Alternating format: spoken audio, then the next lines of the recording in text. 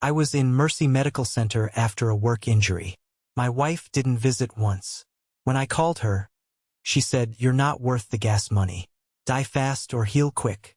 My stepson took the phone and said, "We don't miss you. I, 42M, have been married to Sarah, 39F, for 8 years. She brought her son, Dylan, now 16M, into our marriage. The kid was 8 when we first met, and I really tried with him. Built him a treehouse, taught him to fish, the whole stepdad package. Sarah and I weren't exactly relationship goals, but I thought we were solid. We had our routine. We had our inside jokes. We had our life. It all changed 51 days ago. I was working at a site when a support beam gave way. Long story short, I ended up with a crushed leg, 3 broken ribs, and a punctured lung. The doctors later told me I was lucky to be alive.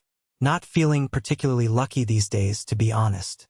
That first night in Mercy Medical Center is still fuzzy. Pain meds had me floating in and out. I remember calling Sarah, telling her not to bring Dylan because it looked pretty bad. She said she'd come first thing in the morning. Morning came. No Sarah. Day 2. No Sarah. I figured she was dealing with Dylan, maybe work stuff. Called her that evening. She answered while watching some reality show. Could hear it blaring in the background. Said she'd try to make it tomorrow. Day 3, no Sarah. By day 5, I was starting to get seriously worried. Not about us, about her.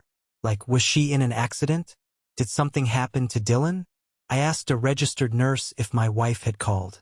Nothing. I tried calling again, straight to voicemail. The pattern continued. 1 week became 2. The registered nurses started giving me these pitying looks.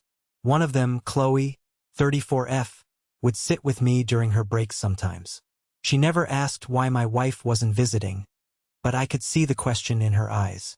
3 weeks in, I was finally moved from the intensive care unit to a regular room.